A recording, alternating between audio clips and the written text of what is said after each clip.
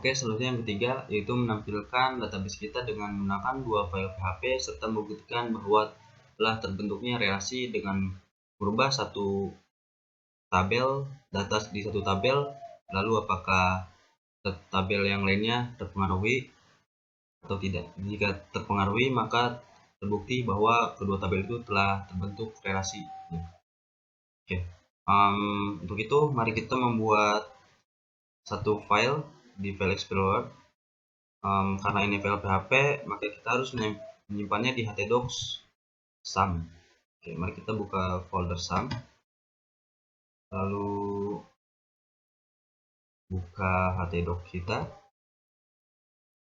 dan buat folder yang bernama PT Umam.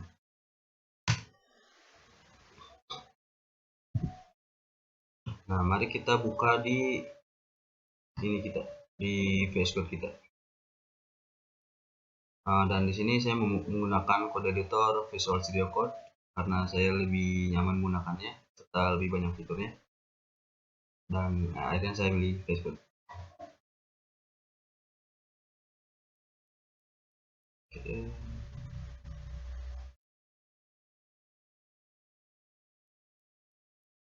Ini mari kita buka file yang telah kita buat tadi, masuk ke folder sum,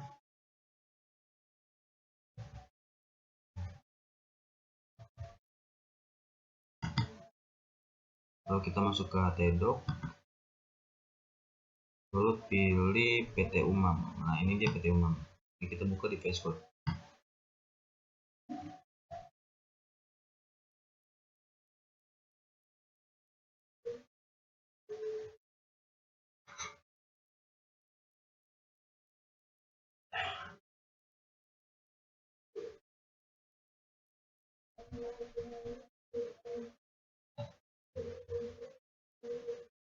Oke, telah terbuka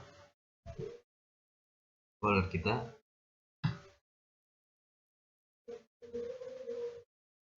Kita buang aja ini. Oke. Dan ini dia folder kita. Di sini saya akan membuat file yang bernama index.php.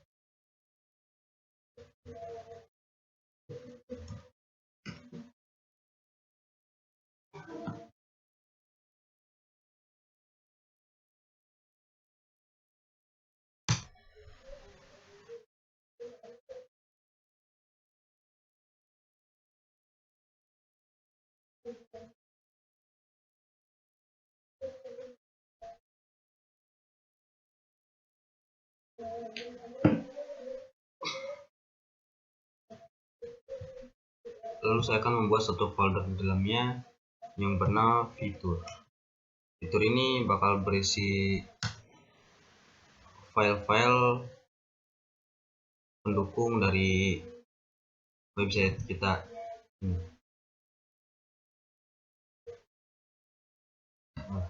Mari kita, dan sini saya akan membuat file yang bernama function. Untuk berisi function yang akan kita buat di dalam.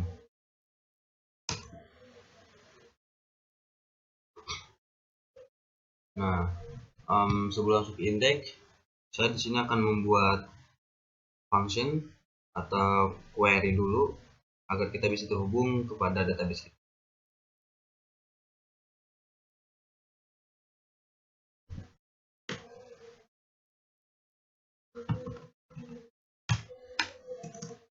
Karena di sini saya menggunakan file PHP saja, maka tutup kurungnya saya hilangkan agar tidak ribet lah kalau misalnya kita harus mindahin tutup kurung PHP-nya bawah lagi. Pertama kita membuat satu variabel untuk menampung query kita atau koneksi kita. Pertama MySQLi connect, dan di sini isinya itu terdapat 4 indikator atau 4 parameter yang kita perlukan. Yang pertama host kita, karena kita menggunakan XMPP maka namanya localhost. Lalu di sini ada username dari MySQL kita, file defaultnya itu root dan passwordnya 0. Lalu di sini nama dari database kita. Nama database itu PT Umang. Nah, di sini kita telah membuat koneksi terhadap database kita. Lalu di sini saya akan membuat query untuk mengambil data kita. Nah, karena yang akan saya tampilkan di file index ini adalah tabel info, maka saya akan query terhadap tabel info dulu. Lalu saya akan membuat function untuk query, dan query ini bersifat fleksibel tergantung parameter yang akan kita masukkan, dan parameter itu akan kita masukkan atau kita akan simpan di file PHP masing-masing. Misal file index saya akan query tabel info, maka kita bisa masukkan query tabel infonya di dalam index, lalu kita akan panggil fungsinya di sini. Lalu fungsi itu namanya function, saya akan namanya fungsi query, dan di dalamnya parameter tabel query. Ini akan dikirim masing-masing file kalau kita butuh mengambil tabel yang mana saja, jadi kita lebih fleksibel menggunakan function seperti ini. Nah, lalu di sini kita membutuhkan global DB, karena kalau misalnya nggak pakai global maka DB yang koneksi ini tidak akan bisa terpanggil.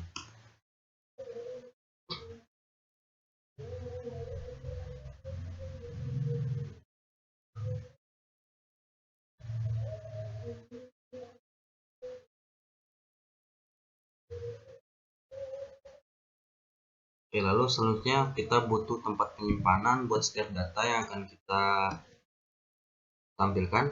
Kita tulis namanya rows dengan array kosong. Ini template saja. Lalu kita akan membuat perulangan untuk mengambil setiap data yang ada. Lalu kita akan tampung setiap datanya di dalam folder yang benar row tanpa s, karena di sini row saja tidak pakai s ya, jadi beda dari yang atas. Row sama dengan MySQL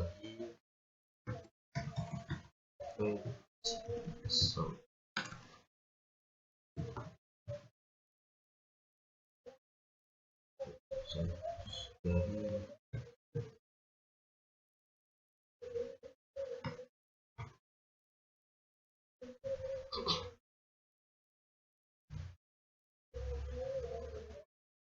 Oke, sekarang kita membuat satu variabel lagi. Di sini namanya result, dan ini isinya buat query kita. Maaf tadi sebenarnya terlewat di query, dan sini kita butuh dua parameter. Parameter pertama itu adalah DB sendiri, lalu dari data yang kita butuhin. Nah, itu dari query di atas. Nah, di sini kita ganti jadi result. Nah, kita di dalam room ini kita butuh file rows untuk menampung.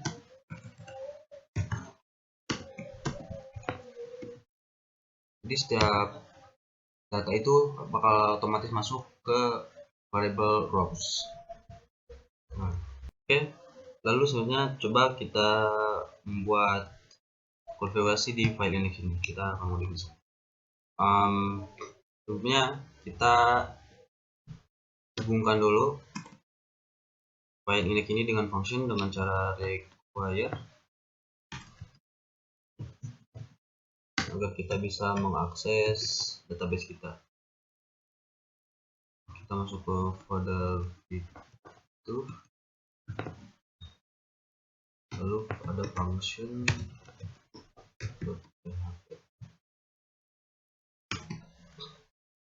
Nah, mari kita ambil data yang ada di tampil info dengan cara kita membuat satu variabel untuk menampung isinya. Lalu kita panggil function query dengan mengirimkan data select bintang from tabel info. Nah, coba kita var_dump, apakah isinya telah terambil.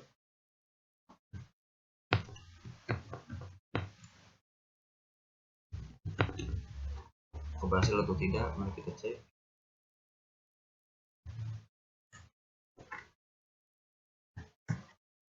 Lalu kita membuka folder PHP kita di sini.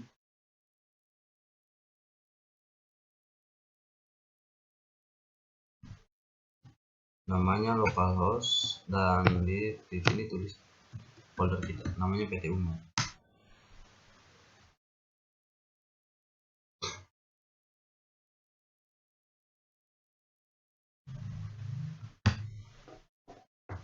Nah, di sini kita sudah berhasil mengambil data, namun karena isi database-nya kosong, maka dia mengambil data array kosong. Nah, kita menambahkan dari isi tabel kita. Sebelumnya kita harus membuat isian dari tabel kelas dulu.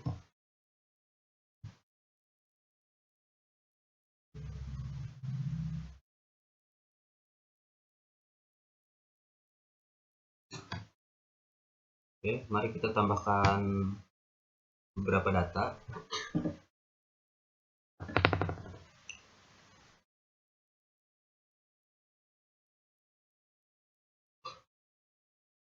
Karena tadi kita tidak auto increment, maka kita harus nambahkan data secara manual.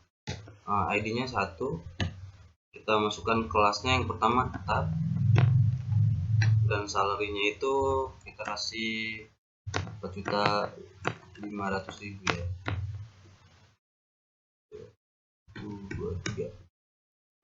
500.000. Lalu isi yang kedua, kita akan membuat kelas vendor di sini, ID-nya 2, kelasnya vendor, lalu salarinya kita kasih 100.000 per hari. Ya, kita go. Nah, di sini sudah tertambahkan dua data kita. Oke, selanjutnya kita akan menambahkan data pada tabel info. Jadi saya akan menambahkan dua data untuk membuktikan dari setiap tabel kelas tadi. Yang pertama, karena saya membuat ID ini sebagai primary dan auto increment, jadi saya tidak perlu mengisi angka di dalam. Lalu untuk nama ini kita kasih nama Udin dengan kelas tetap, dan ini juga tetap.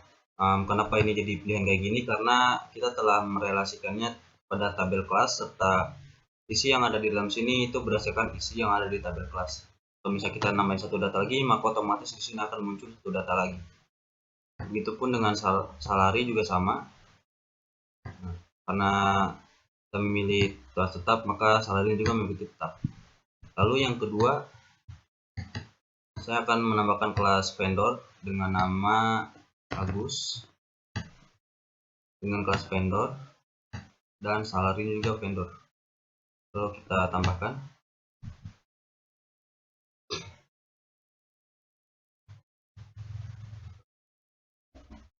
Nah, berhasil tertambahkan dua data di sini. Nah, ini dia kelas tetap dan kelas vendor dengan salary masing-masing dan nama masing-masing. Kita telah berhasil menambahkan dua data kepada tabel info dan tabel kelas. Lalu kita coba cek ke website kita, apakah datanya terambil. Nah, ini dia telah terambil data pada tabel kelas, pada tabel info, mohon maaf, dengan nama string Udin, kelas tetap, dan lain sebagainya. Oke, mari kita kembali ke Visual Studio kita.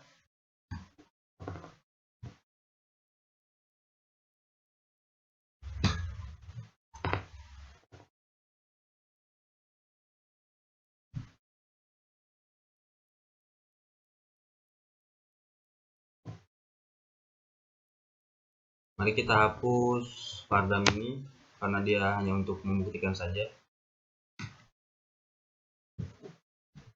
Lalu untuk menampilkan di layar kita membutuhkan HTML. Ini saya akan membuat file HTML di dalam file PHP.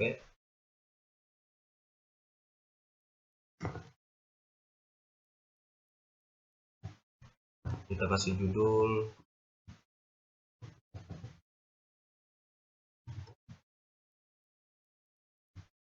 Kita kasih judul di sini karena mood ini adalah tabel kelas, jadi kita tulis namanya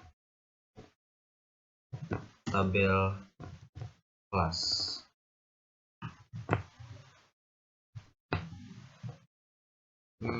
Dan di sini saya akan mengisinya dengan tabel. Sebelumnya saya kasih judul dulu, tabel kelas, dan saya ingin dia berada di tengah, maka saya tambahkan center di sini.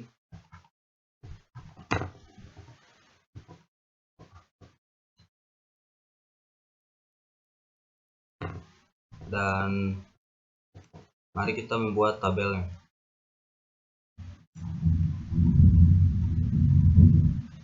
Di sini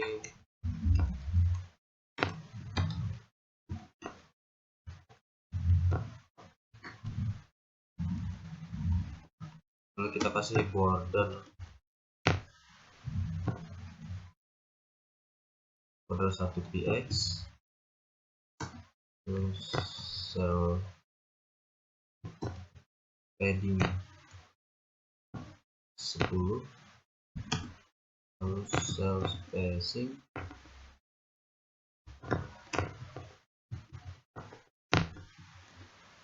0. Lalu kita kasih tr di sini. Kita kasih th 4 sesuai dengan yang ada di sana. Kita kasih yang pertama itu nomor, lalu ada nama, lalu ada kelas, lalu ada salary. Lalu kita bikin baris yang kedua. Kita kasih td 4 juga, yang pertama nomor. Di sini kita embed PHP di dalamnya, dan di sini kita akan mengambil data yang telah kita ambil dari variable result di atas. For each kita ambil dari variable result data, dan buat isi di sini saya akan menambahkan file PHP juga.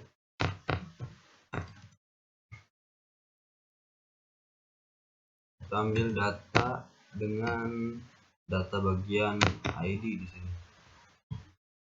Kita copy.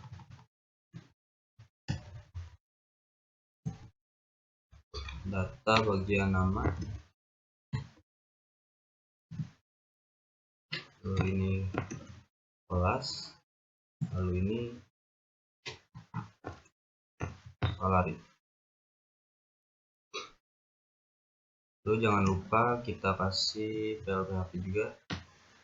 Di sini n for each. Oke.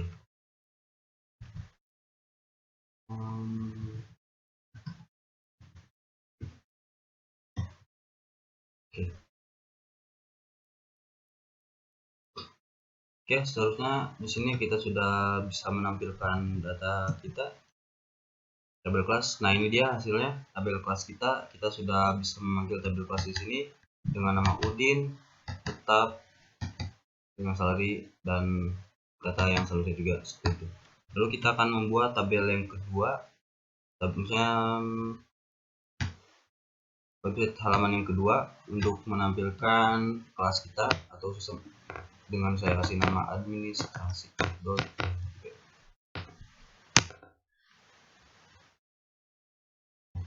Oke, kita copy aja supaya lebih cepat datanya di sini. Lalu kita taruh di sini. Kita ubah di bagian file PHP. Di sini karena kita ambil kelas, jadi namanya kelas. Lalu ininya kita cuman butuh nomor, kelas salary, begitu juga dengan data yang ada di sini. Oke. Dan kita di paling akhir kita kasih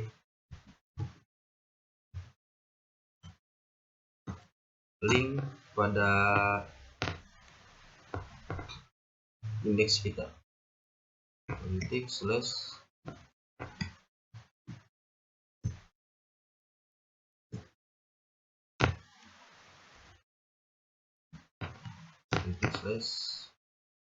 index.php, ditulis tabel info. Oke, kita kasih link juga.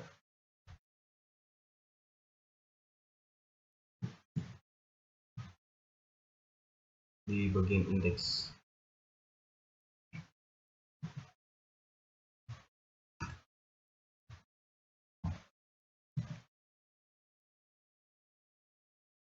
Tabel kelas.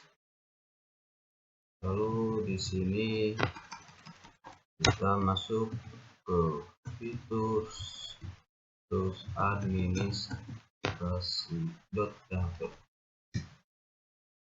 Nah, kita kembali ke sini.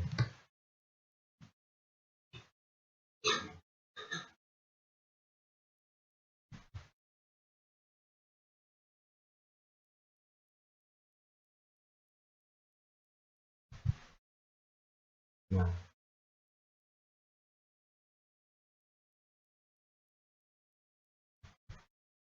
ya maaf, di sini bukan tabel kelas tapi tabel info, maaf.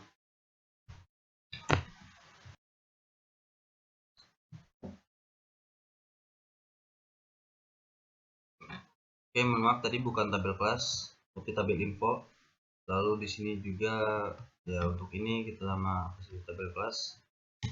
Lalu kita coba cek lagi hasilnya. Nah, kita sedang berada di tabel info. Dan buat judulnya salah juga nih, mohon maaf, tapi tabel info. Yang ini kita cek tabel kelas, benar.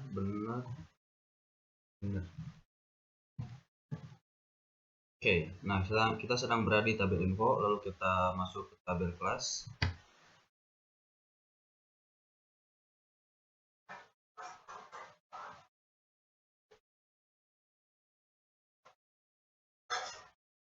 Oke, ada sedikit kesalahan di bagian pemanggilan function karena dia berada di folder yang sama, jadi dia tidak masuk ke folder features. Coba kita cek. Nah, ini dia, beda ya, yang tadi itu ada namanya, sementara yang ini tidak ada nama. Nah, ini tidak ada nama. Nah, sekarang mari kita buktikan apakah keduanya telah terrelasi atau belum, dengan cara kita merubah satu data dan lalu apakah data yang lain akan berubah. Mari kita ubah data pada tabel kelas karena ini menjadi reference. Coba kita ubah data salary dari kelas tetap menjadi 4 juta saja tanpa 500.000. Kembali ke localhost. Lalu kita edit bagian salary sini.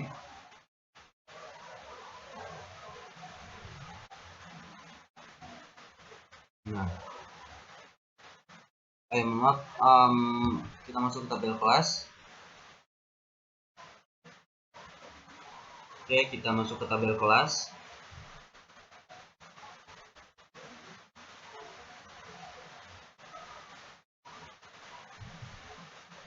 Lalu kita edit yang tetap.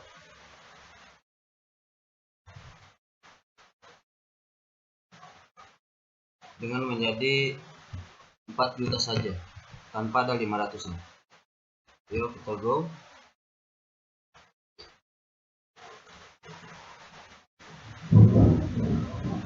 Nah, sekarang kita refresh apakah data di sini berubah.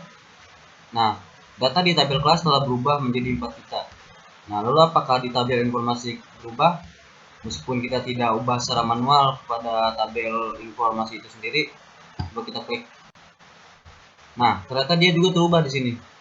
Yang awalnya 4.500.000, setelah kita ubah data di pada tabel kelas, maka dia juga berubah menjadi 4 juta. Yang awalnya 4.500.000.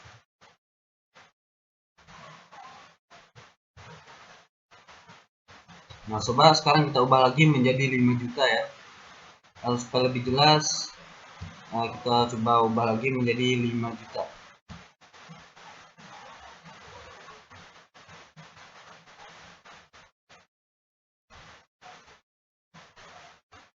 Nah, ini kita ubah menjadi 5 juta.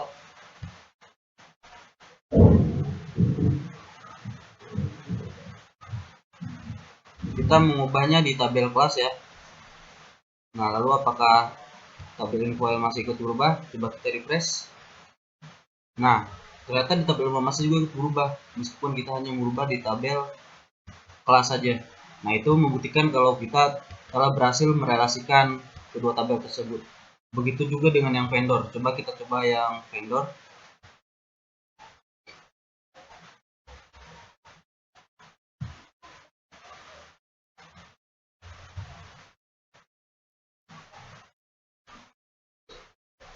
Kita coba buka kelas ini di tab baru.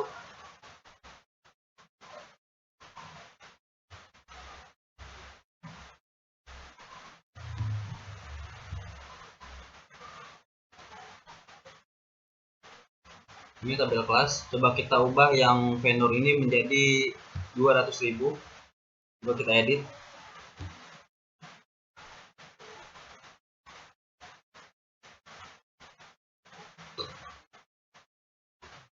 Jadi 200.000.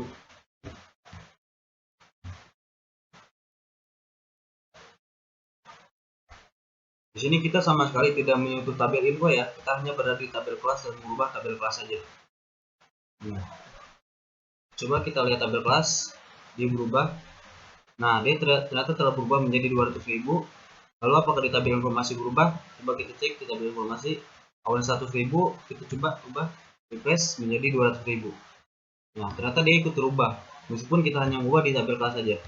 Itu membuktikan bahwa kedua tabel ini telah terrelasi. Nah, sekarang untuk membuktikan dengan cara yang kedua, dengan cara menghapus satu data, lalu apakah data yang lain ikut terhapus?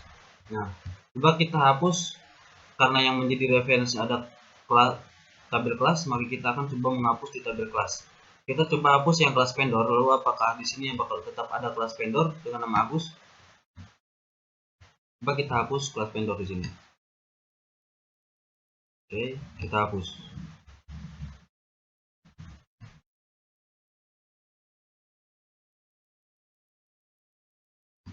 Nah, di sini belum terhapus, coba kita refresh.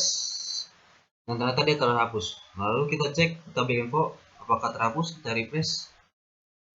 Nah, ternyata dia terhapus juga. Ini membuktikan bahwa kedua tabel kita telah terrelasi. Semoga nilai saya mendapatkan yang terbaik. Kurang lebihnya mohon maaf. Wassalamualaikum warahmatullahi wabarakatuh.